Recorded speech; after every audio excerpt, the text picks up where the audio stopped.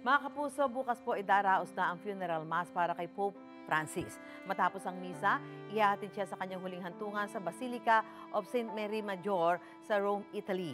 Noong 2019, nakabisita at nalibot ko mismo ang simbahan na yan. Panoorin po natin ito.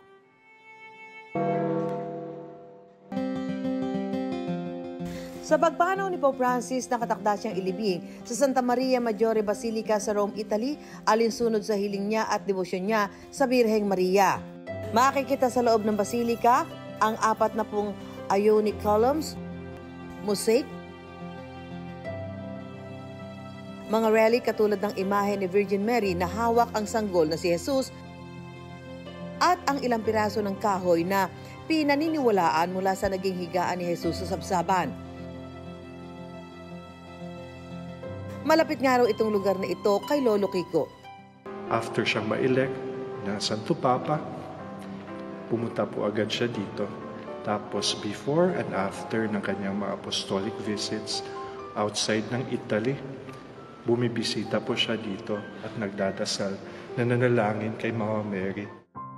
Matatandaan na bumisita ako sa Italy at napuntahan ko ang Santa Maria Maggiore Basilica.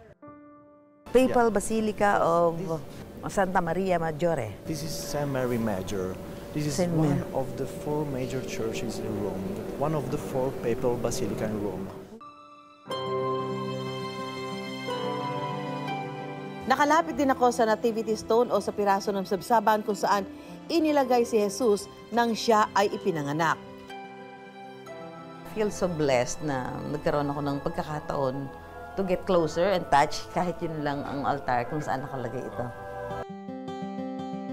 Sa Sabado, ililibing ang Santo Papa dito at siya ang pinakaunang Santo Papa na ililibing sa labas ng Vatican City sa loob ng 1 siglo.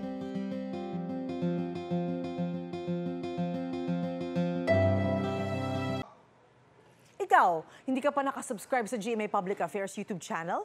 Bakit? Mag-subscribe ka na, dali na, para laging una ka sa mga latest kwento at balita. I-follow mo na rin ang official social media pages ng Unang Hirit. Salamat, Kapuso!